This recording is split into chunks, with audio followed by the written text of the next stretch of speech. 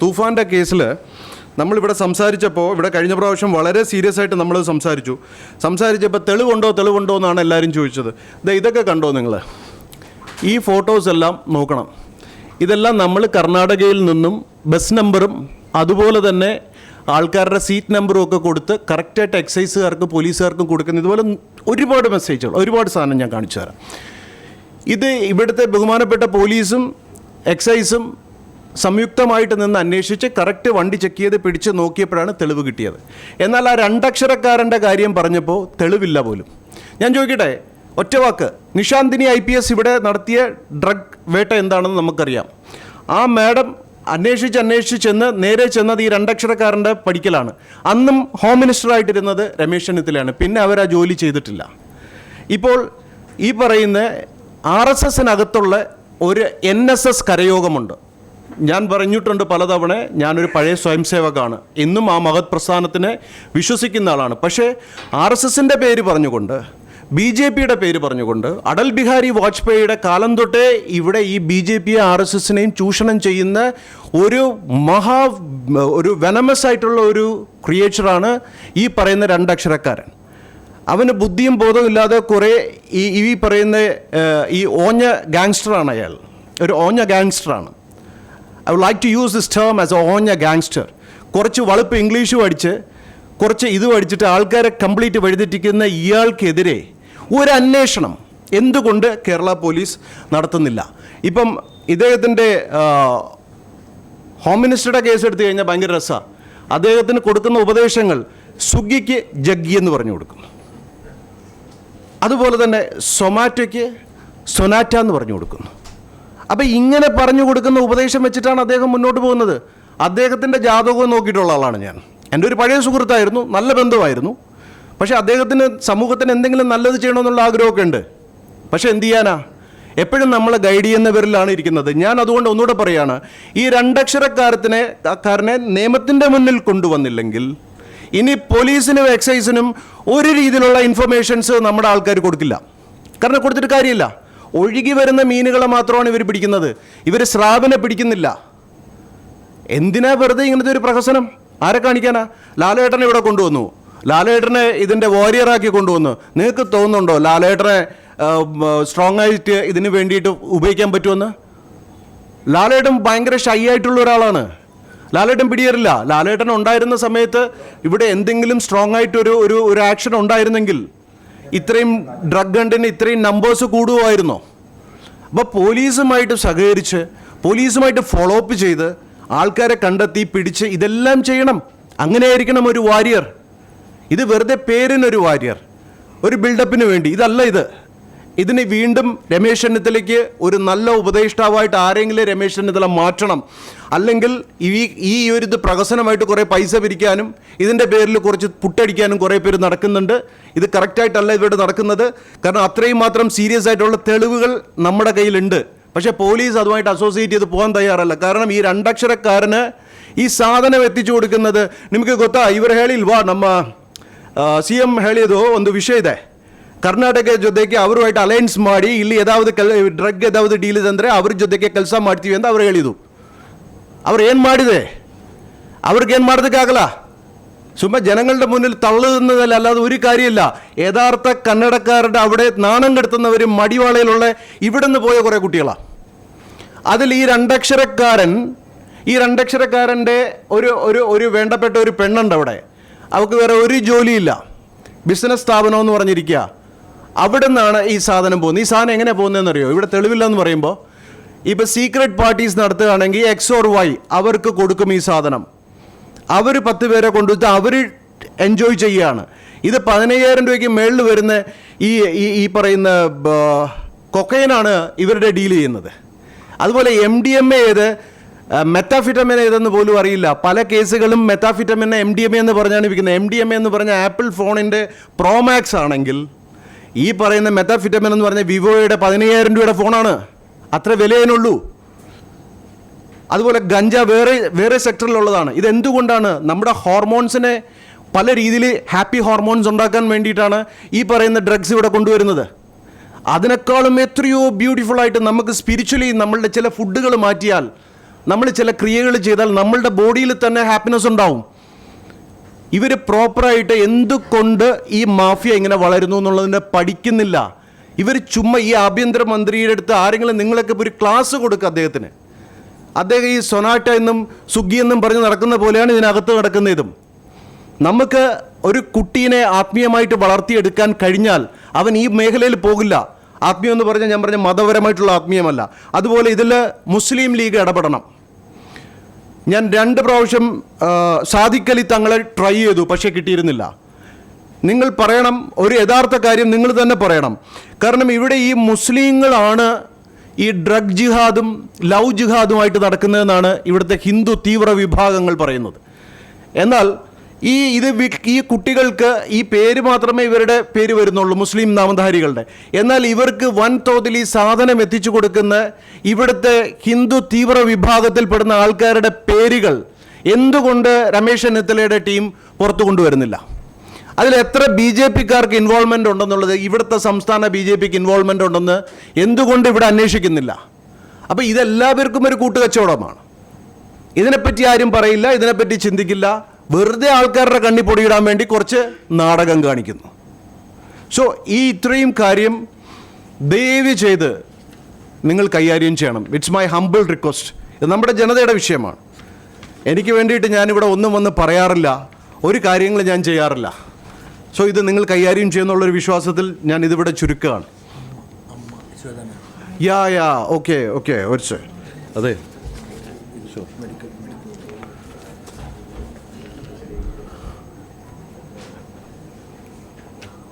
നമസ്കാരം. 4 പ്രധാനപ്പെട്ട വിഷയമാണ് പറയേണ്ടത്. 4 പീസായിട്ട് തരാം, കാരണം ബാംഗ്ലൂരിൽ നിന്ന് വന്ന് എപ്പോഴും വന്ന് പറയാൻ പറ്റാത്തതുകൊണ്ടാണ്. ഒന്ന് പ്രധാനമായിട്ടുള്ള ഇത് NMCയുടെ നിർദ്ദേശപ്രകാരം ഇവിടെ 4.5 വർഷത്തിന് ശേഷം ഫീസ് വാങ്ങിക്കാൻ പാടില്ല എന്ന് ഈ MBBS BDS അതുപോലെ തന്നെ എല്ലാ ഹോമിയോ എല്ലാത്തിലും പഠിക്കുന്ന കുട്ടികൾക്ക് ഫീസ് മേടിക്കാൻ പാടില്ല എന്നുണ്ട്. അതിൽ MBBSൻ്റെതാണെങ്കിൽ 4.5 വർഷത്തിന് ശേഷം മേടിച്ച പൈസ തിരിച്ചു കൊടുക്കാൻ NMC പറഞ്ഞിട്ടുണ്ട്. ഇവിടുത്തെ കേരളത്തിൽ മാത്രം ഈ കോളേജുകൾ, പ്രൈവറ്റ് കോളേജസ് ഈ കുട്ടികൾക്ക് ഈ പൈസ തിരിച്ചു കൊടുക്കുന്നില്ല. മാത്രമല്ല ഒരുപാട് രീതിയിൽ കുട്ടികൾ ബുദ്ധിമുട്ടുകയാണ്. സ്റ്റൈഫണ്ട് ആണെങ്കിലോ 6,000 തൊട്ട് 8,000 വരെ മാത്രമേ സ്റ്റൈഫണ്ട് കൊടുക്കുന്നുള്ളൂ. ഈ ബംഗാളികൾക്ക് പോലും ഇതിനും കൂടുതൽ പൈസയാണ് ഇവിടെ കിട്ടുന്നത്. 1,300 രൂപ അവർക്ക് കൂലിപ്പണിക്ക് കിട്ടും. എന്നാൽ ഈ ഹോസ്പിറ്റലിൽ ജോലി ചെയ്യുന്ന സാധാരണക്കാരായിട്ടുള്ള ക്ലീനിങ് തൊഴിലാളികൾക്കും സെക്യൂരിറ്റിക്ക് പോലും 20-ന് മുകളിൽ ശമ്പളമുണ്ട്. അപ്പോൾ ഇത്രയും കഷ്ടപ്പെട്ട്, അതും MBBS പഠിക്കുന്ന എത്രമാത്രം ബുദ്ധിമുട്ടാണെന്നറിയാം.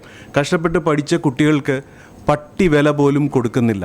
ഇതിന് ഇമ്മീഡിയറ്റായിട്ട് മുഖ്യമന്ത്രി ഇതിന് പരിഹാരമുണ്ടാക്കണം. കാരണം എൻജിനീയറിംഗ് കോളേജിൽ പഠിച്ചിറങ്ങിയ കുട്ടികൾക്ക് ജോലിയില്ല, അതില്ല, മറ്റേതാണ് മറിച്ചാണെന്ന് പറഞ്ഞ് പൂക്കി ഇങ്ങനെ കിടന്ന് കംപ്ലീറ്റ് പൂത്തിരി പോലെ കത്തി നിൽക്കുകയാണ്. എന്നാൽ എന്തുകൊണ്ട് കുട്ടികൾ മറ്റ് സംസ്ഥാനങ്ങളിൽ പോകുന്നു? ഇവിടെ തന്നെ അവർക്കുള്ള തൊഴിലും അവർക്കുള്ള ശമ്പളവും ഒന്നും ക്ലിയറാക്കാൻ സാധിക്കുന്നില്ല. അപ്പോൾ ഇമ്മീഡിയറ്റായിട്ട് ഈ ഒരു കാര്യം, ഇത് ഇപ്പം ഞാൻ ഷോൻ്റെ അടുത്ത് പറഞ്ഞതാണ്, എന്തുകൊണ്ട് നിങ്ങൾ BJPക്കാർ ഈ വിഷയം അറ്റൻഡ് ചെയ്യുന്നില്ല? കാരണം നദ്ദാജിയുടെ അണ്ടറിലുള്ളതാണ്. നരേന്ദ്രമോദിജി വളരെ നല്ല പല കാര്യങ്ങളും ചെയ്ത കൂട്ടത്തിൽ ഒരു കാര്യമാണത്. ഇതൊന്നും ഇവിടുത്തെ BJPക്കാർ സംസാരിക്കുകയോ പറയുകയില്ല. കാരണം 3 ട്രേ മുട്ട നമുക്ക് നിയമസഭയെ കൊണ്ടു കൊടുക്കണം. അവിടെ 3 MLAമാരുടെ മൂട്ടിൽ വെച്ച് കഴിഞ്ഞാൽ അവിടെ ഇരുന്ന് കഴിഞ്ഞാൽ കോഴിക്കുഞ്ഞെങ്കിലും വിരിയും. അങ്ങനെയെങ്കിലും ഒരു ഗുണം ഇവന്മാരെ കൊണ്ടുണ്ടാവണ്ടേ? അല്ല, ഞാൻ ചോദിക്കുകയാണ്, ഇവരെ കൊണ്ട് എന്ത് കമാന്നൊരക്ഷരം ഉണ്ട്? പിന്നെ എന്തിനാണ് ഈ താമരയും വാഴയിലയായിട്ടൊക്കെ ഇവർ നടക്കുന്നത്? ആ കിഴങ്ങൻ ഒരു മണ്ടനുണ്ടല്ലോ, BJP സംസ്ഥാന അധ്യക്ഷൻ രാജീവ് ചന്ദ്രശേഖർ, അങ്കിൾ ബൺ. ഈ അങ്കിൾ ബണ്ണ് ജിമ്മിൽ പോയിരുന്ന മസിൽ പിടിച്ച് ബിഷപ്പിൻ്റെ, പണ്ട് ഇലക്ഷൻ സമയത്ത് ബിഷപ്പിൻ്റെ ജിമ്മിൽ പോയി പുഷപ്പ് അടിച്ചുകൊണ്ട് നടക്കുകയായിരുന്നു. ഇപ്പോൾ അത് മാറിയിട്ട് ഇപ്പോൾ ഓൺ ജിമ്മിലിരിക്കുകയാണ്. ഇതൊന്നും സംസാരിക്കുന്നില്ല.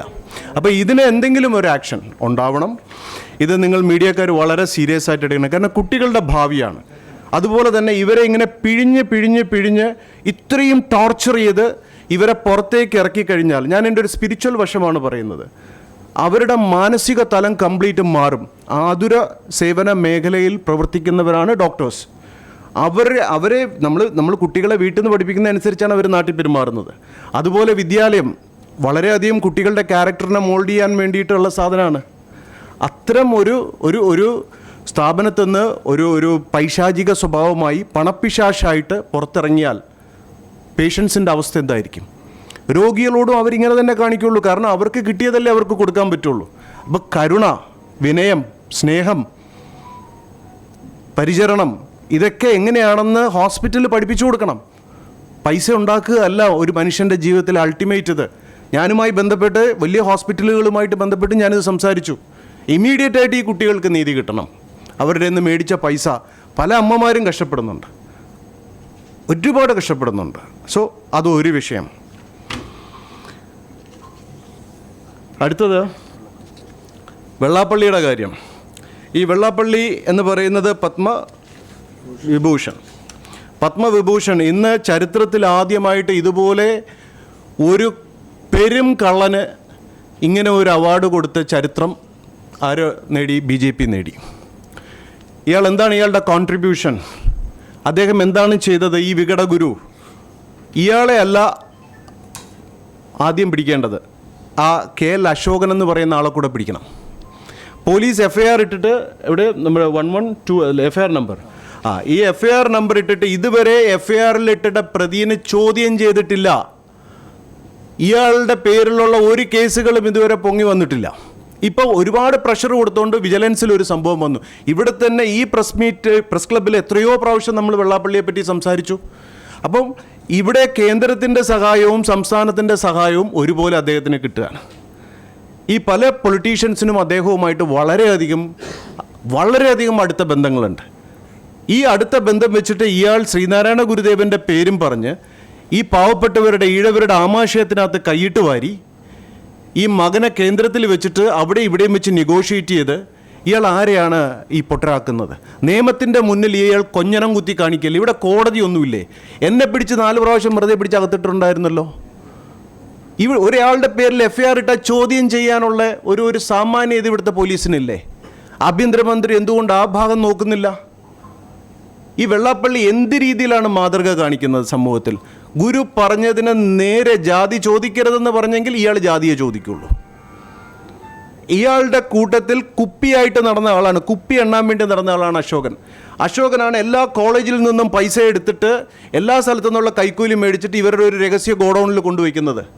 ED എന്താ ഇവരുടെ വീട്ടിൽ അന്വേഷിക്കാൻ പോകത്തില്ലേ? EDക്ക് ഇവരുടെ വീടും ഇവരുടെ പരിസരവും ഒന്നും അന്വേഷിക്കാൻ പറ്റില്ല?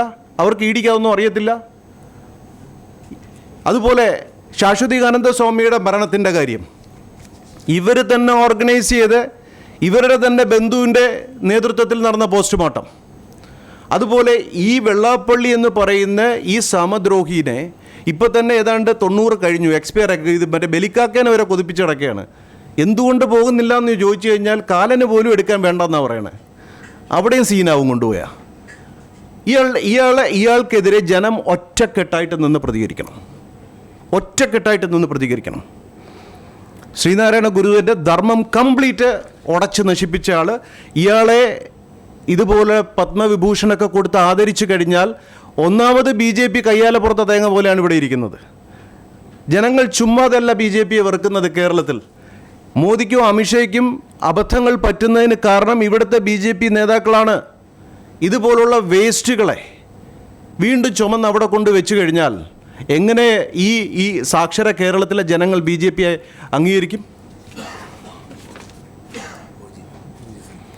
ഇത് ഒരു വിഷയം. അടുത്ത തൂഫാൻ ആയിട്ട് സംസാരിച്ചിരുന്നു. നമ്മുടെ ഇപ്പം റിസൈൻ ചെയ്ത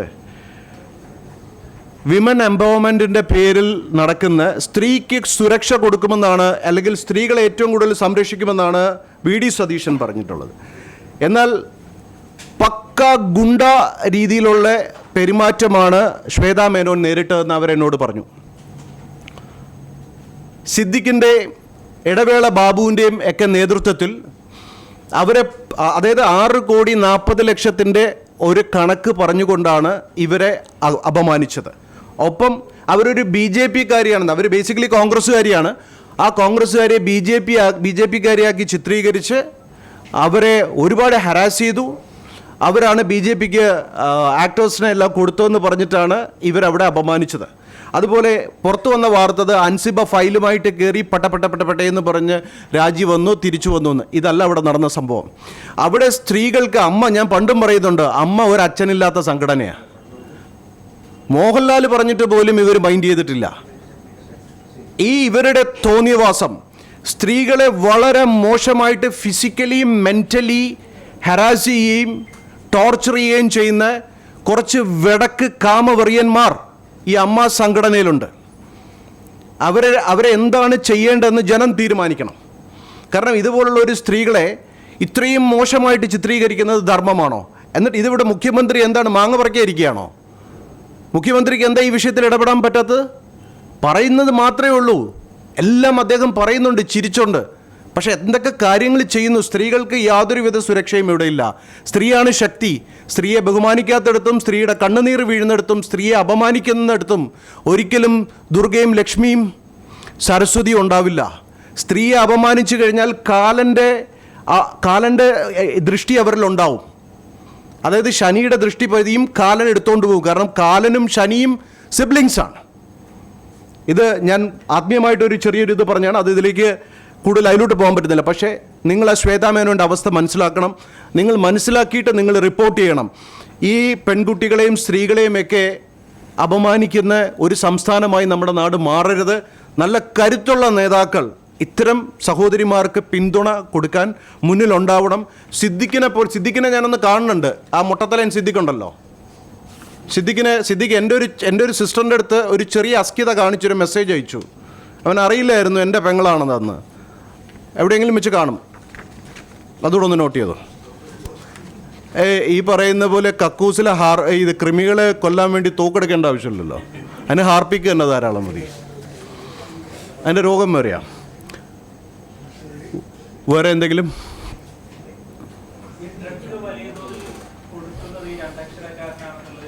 അവർക്കും തെളിവുണ്ടല്ലോ. ഇവിടുത്തെ നാട്ടുകാർക്ക്, കൊച്ചിക്കാർക്ക് വ്യക്തമായിട്ടറിയാം.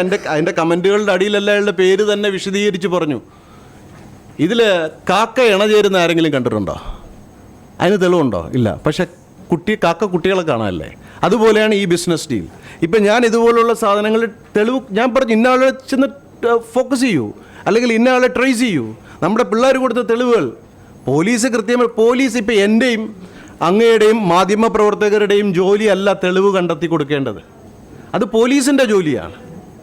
നമുക്ക് പറയാനേ പറ്റുള്ളൂ ഇങ്ങനെയുള്ള കാര്യങ്ങളുണ്ടെന്ന്. ഞാൻ ഇത്രയും നാൾ ഇവിടെ വന്ന് പറഞ്ഞ് ഏതെങ്കിലും തെറ്റിയിട്ടുണ്ടോ? പത്മനാഭസ്വാമി ക്ഷേത്രത്തിൻ്റെ കാര്യം പറഞ്ഞു, അന്നും പറഞ്ഞു എന്താണെന്ന് ചോദിച്ചു. എത്ര കോടി രൂപ, അതിനെതിരെ വല്ല അന്വേഷണം ഉണ്ടായോ? അവിടെ നിൽക്കുകയാണ്. പത്മനാഭസ്വാമി ക്ഷേത്രത്തിൻ്റെ കേസ് അവിടെ നിൽക്കുകയാണ്. 550 കോടിയുടെ സ്ഥാനത്തിന് അന്വേഷണമില്ല. അതുപോലെ തന്നെ കൊട്ടാരത്തുനിന്ന് മോഷണം പോയ സ്ഥാനത്തിൻ്റെ പേരിൽ FIR വന്നു. തമ്പുരാട്ടിക്ക് വേണ്ടപ്പെട്ട ആളായി അതിൻ്റെ പ്രതിയായതുകൊണ്ട് ആ സാധനം മുന്നോട്ട് പോകുന്നില്ല. ഇത് എന്ത് നാടാണിത്? വെള്ളാപ്പള്ളിക്കെതിരെ FIR ഇട്ടിട്ട് അന്വേഷണമില്ല. അപ്പോൾ ഇതാണ് കുത്തഴിഞ്ഞ ഭരണം, ഇതാണ് കുത്തഴിഞ്ഞ നാടെന്ന് പറയുന്നത്. സാക്ഷരതയിൽ 1-ാം സ്ഥാനമൊന്നും പറയുന്നുണ്ട്. ആർക്കും എന്ത് തോന്നിവാസവും ചെയ്യാം. കയ്യിൽ പണവും പവറും ഉണ്ടെങ്കിൽ ഇവിടെ എന്തും ആവാം. ആണോ? ഏത് അക്ഷരം അറിയാമല്ലോ. അതായത് വെറുതെ ഒരു കക്കൂസ് വിളിച്ച് കേസുണ്ടാക്കാൻ താല്പര്യമില്ല. അതുകൊണ്ട് നിങ്ങൾക്ക് കാര്യം പിടിയിട്ടില്ലേ? നിങ്ങളിങ്ങനെ അതെല്ലാം ആൾക്കാർ പറയുന്നുണ്ടല്ലോ. അയാൾ തന്നെ വന്ന് പറയുന്നുണ്ട്, ഞാനാണ് എന്താ പറയുക, കോഴി മോട്ടിച്ച കള്ളൻ, എൻ്റെ തലയിലെ പൂട കണ്ടോ എന്ന് പറഞ്ഞാൽ അയാൾ തന്നെ വന്ന് പറയുന്നുണ്ടല്ലോ. അപ്പോൾ പിന്നെ ഇതൊരു രസമല്ല, ഇതൊരു ബ്രെയിൻ ഗെയിമിംഗ് ആണ്. അപ്പോൾ ആൾക്കാർ അന്വേഷിക്കും. അപ്പോൾ മലയാളികളുടെ ബ്രെയിൻ ഒന്ന് വർക്ക് ചെയ്യണ്ടേ, ഒരു എക്സസൈസ് കൊടുക്കണ്ടേ? എല്ലാം ഞാൻ തന്നെ പറഞ്ഞതിൽ എന്താ ഒരു യുക്തിയുള്ളത്? Thank you. ഒരു സെക്കൻഡ്. ഈ കുഞ്ഞുങ്ങളുടെ NMCയുടെ കേസ് പോലെ അടിച്ചമർക്കപ്പെട്ടവർക്ക് വേണ്ടിയിട്ട് നമ്മൾ ഇന്നൊരു സംഘടന രൂപീകരിക്കുന്ന കാര്യം അറിയിക്കുകയാണ്. United black alliance. ഇതിൽ ജാതിയുടെ പേരിൽ, മതത്തിൻ്റെ പേരിൽ, നിറത്തിൻ്റെ പേരിൽ എല്ലാ വീടുകളിലും, എല്ലാ ഓഫീസുകളിലും, എല്ലാ സമൂഹത്തിലും ഒരാൾ അടിച്ചമർക്കപ്പെട്ടുകൊണ്ടിരിക്കുകയാണ്. അവർക്ക് വേണ്ടിയിട്ട് നമ്മളുണ്ടാവും. നമ്മുടെ പ്രതിഷേധം വാളും തോക്കുമൊന്നും എടുത്തിട്ടല്ല, ഇതേപോലെ ബ്ലാക്ക് ഡ്രസ്സ് ഇട്ടിട്ടായിരിക്കും. ലീഗലി ആയിരിക്കും നമ്മൾ ഫൈറ്റ് ചെയ്യുക. നമ്മളുടെ ഐക്യതയായിരിക്കും നമ്മൾ മുന്നോട്ട് വയ്ക്കുക. Thank you.